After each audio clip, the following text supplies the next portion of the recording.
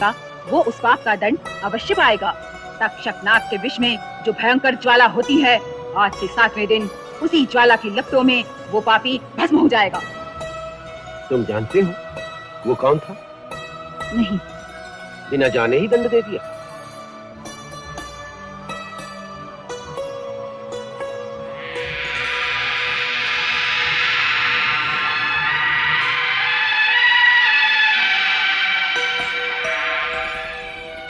वत्स, तुमने बड़ा अनर्थ कर दिया। एक बड़े ही यशस्वी धर्म धुरंधर सम्राट को एक छोटी सी भूल के लिए इतना भयानक श्राप दे। परम भक्त और ब्राह्मणों की रक्षा करने वाले, अपनी प्रजा को संतान की भांति पालने वाले ऐसे राजऋषि हैं जिनका सम्मान देवता भी करते हैं। मूर्ख बालक, ऐसे राजा के न रहने पर जो संसार में अनाचार फैलेगा, वैदिक आर्य धर्म का लोप हो जाएगा, लोग वर्ण संकर हो जाएंगे।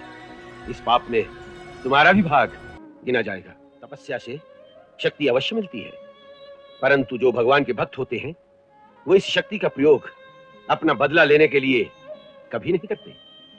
भक्त अपने अपमान, आक्षेप अथवा मारपीट का बदला भी नहीं लेते। तुमने तो एक निर्दोष राजा पर प्रहार किया है, जिसकी बुद्धि कुछ समय के लिए कलिकाल ने हर ये घोर अनर्थ किया है।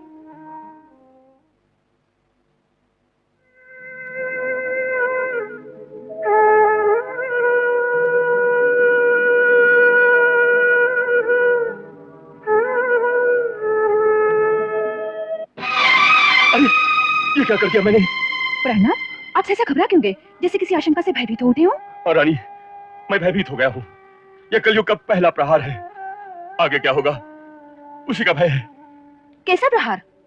आज मेरे हाथ से एक अनर्थ हो गया जो हमारे कुल में किसी राजा ने अब तक नहीं किया। वो अपमान किया है मैंने एक महामुनि। सब इस राजमुकुट के कारण है। इस राजमुकुट में बैठे कलयुग ने मेरी बुद्धि हर ली और मुझसे ऐसा पाप करा दिया जो निश्चय ही विनाश का सूचक है। मुनिवर, महाराज दिन भर वन में मृग्या करते करते थक गए हैं। इस समय रनिवास में वो विश्राम करने चले गए हैं। आप कल प्रातः ही उनके दर्शन कर सकते हैं। ये उनकी निद्रा का समय है। नहीं वत्स, ये उनकी निद्रा का नहीं, जागने का समय है और मैं उन्हें जगाने आया हूं। उन्हें अपनी आती हुई मृत्यु का ज्ञान नहीं है।